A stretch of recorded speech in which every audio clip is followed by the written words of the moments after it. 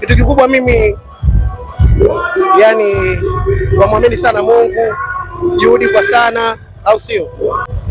Naamini jitihada ndo kila kitu. One time moja tusibweteke, tunajituma kwenye nchi na kile, kazi yoyote ile, uko pale imetokea issue yoyote, usikae, usiruhusu hope, nenda kapambane, kutokana kuna familia, kuna ndugu, kuna watoto watakuja baadaye kukutegemea. Kwa hiyo kila asubuhi utakavyoamka, muombe Mungu, mshukuru kwa kila kitu. Ni kidogo naweka pembeni, ikifika muda wako wa kupumzika, wa kulala, vile vile mshukuru Mungu, muombe.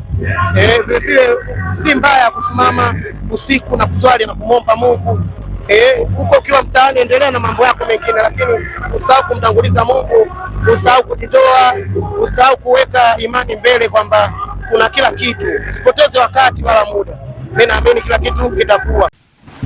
Singeli TV, sauti ya mtaa. Kapeleka Singeli International. Worldwide walofika kina nani? Hasa mimi siwajua, mimi stage killer afu show kitambo. Hello, what's up ladies and gentlemen, it's your boy Chimbaba, that my name. Oya wanangu, leo bwana tuko pande hizi za Tabata shule. Kama nafikiri umejionea vibe nyingi sana. Na muda huu sasa niko na yule mtu wa vibe wa mtaa ambaye mtaa kama unamtegemea sana hivi. Kidele fighter kama kawaida. Mr. Kiponza, Mr. Show kali. Oya mwanangu, kwanza nikwambie kitu kimoja. Bwana hilo jukwaa nahisi kutoka kama na show yenyewe kama ndio imeisha hivi. Una imani na iko kitu mkali? 100%. Hii gang yako umeipa nini? Maana gang yako unaona kama haiogopi hivi mshikaji wangu. Hasa mimi siwajua, mimi stage killer afu show kitambo. Unajua time moja ninapokuja kwenye show nakuja kama ni king of stage au stage killer wa stage. Kwa sometime moja najua ninachokifanya kutokana nimeanza toka 2018 nafanya show huko Mafunga Mtama nini mpaka hapa nilipofika. Naona alhamdulillah, unajua. Kwa hiyo lazima na mimi niwe na watu wangu na wapate riski, nao wanajiamini, unajua kwamba kiasi gani najitoa kwao kwenye malipo na vitu vingine. Kila mtu anakuwa serious na kazi yake. Bwana mabenga yako bwana mengi bwana, na kwenye show ni vitu vili tofauti. Mimi nataka uongee bwana, mtaa kwanza umeulisha nini? Maana mtaa bwana wakishua kama hakuelewi hivi, na kama balangati wala wenyewe unaona, si unajua hapo machezi bote wenyewe wapotimua kutokana ni kitambo, yani muda mrefu. Unajua mashabiki zangu wametoka kunisapoti miaka mingi sana, ushaona na wenyewe wanajua maisha gani nimetokea, maisha gani mimi nimepitia pale Tandale. Umeona, nikibisha nao nimepata kidogo changu kikubwa chao. One time moja mpaka hapa tunafika, wanatusupport kutokana na sisi tuna moyo wa kuishi na wao vizuri, ndio maana unakuta hadi leo muziki umebadilika sana na tunaona unazidi kubadilika kila siku baada ya siku. Wewe kama msanii ambaye una matarajio kwa worldwide kama walivyokuwa wengine, kuna kitu gani ambacho unasema bwana, hapa mimi bwana nikifika hapa kweli mimi ni fighter? Worldwide walofika kina nani? Akina Chibu Bin Laden. Okay. Maana kwenye huku Singeli sitaki kukuweka sana kwa sababu bwana wasanii wa Singeli mlivyo bwana, mkiambiwa kitu amchelewe kumaanisha. Sitaki maanishe kutoka kwangu. Ndio maana nimesema nikupeleke bwana. Kuhusu Chibu, yani tuseme ni Mungu, ni kalma ambayo amemonyesha na amefikisha pale ilipofika kwa nafasi yake. Kwa na sisi huko kwenye Singeli tutafika pale, kama ukitoka makundi binafsi itafika. Inatakiwa watu waende ambao wanafanya kweli. Si unaona sisi tunafanya kweli. Kwa hiyo maana inatakiwa watu waende kule ambao nafasi zinatokea, waende watu ambao wanafanya kweli katika muziki, ndio kule itapatikana nafasi.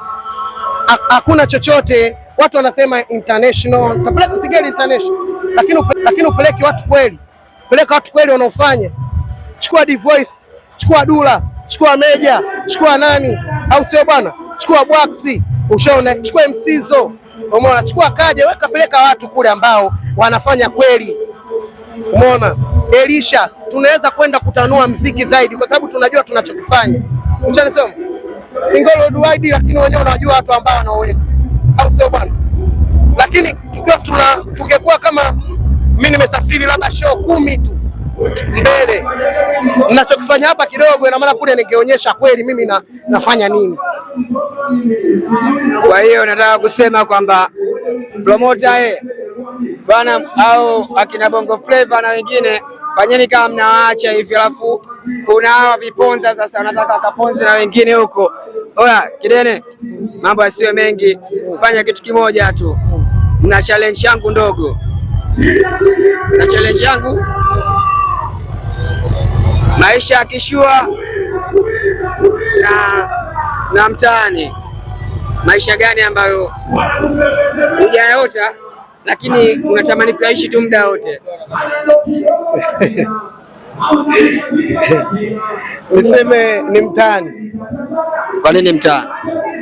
Kwa sababu mazingira ya mtaa sometime moja unakuwa unaishi ukiwa free sana, unaona, ila mazingira hayo yanakuwa nafu, hata vile vile ni maisha fulani ya kujifunza zaidi ubinadamu na mambo mengine, umeona, yaani unaendelea kujifunza vitu vingi, lakini ushua kuendelea kujifunza vitu vingi inakuja kutokana labda na nafasi, ila upweke utakuwa mwingi sana, yani utakuwa na mipaka mingi.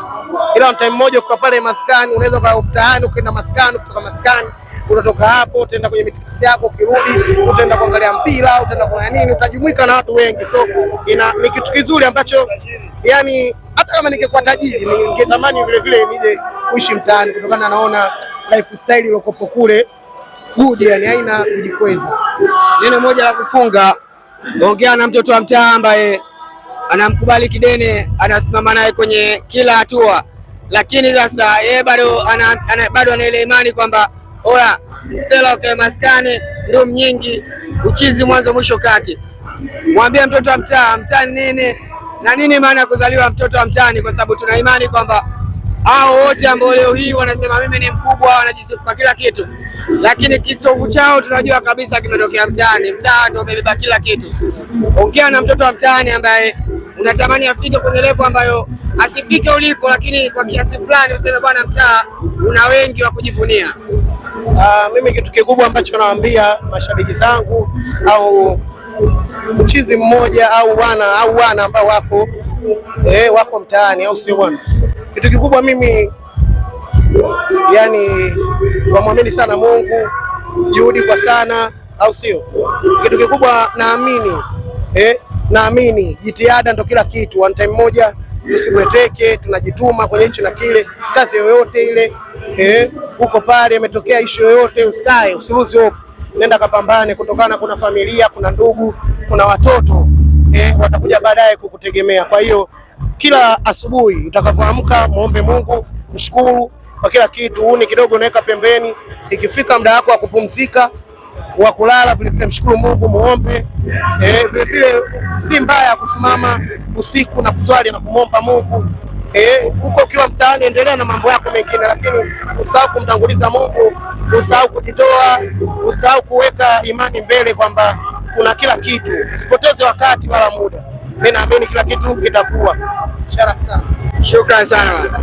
Oya, huyu ndio Mr. Kiponza Kidene Fighter, yuko na gang yake. Oya, hii gang na watu wengi sana. Sidhani kama nitamaliza. Oya, na ndugu yangu mmoja kwanza, Kidene sogea hivi. Vipi kaka? Bwana, kwenye kila hatua iliyokuwa inaendelea nilikuwa nakuona. Hivi unawezaje kukaa na Kidene, kwa sababu bwana mimi bwana na imani tofauti bwana, huyu msela sana bwana. Hamna, Kidene ndugu yangu sio msela. Hiyo ni kazi tunafanya. Hiyo sio msela. Yeah. Kitu gani ambacho kila skeni kuna kitu kipo kwa Kidene, alafu kumwambia unaona wewe, nikimwambia kama mwanangu sasa unataka uniambie mimi, ila alimfikia yeye kwa mwanangu kwenye ile Kidene unazingua. Kidene haja kuzingua, ila namshauri kwamba aende kufanya ibada. Zingeli TV, sauti ya mtaa.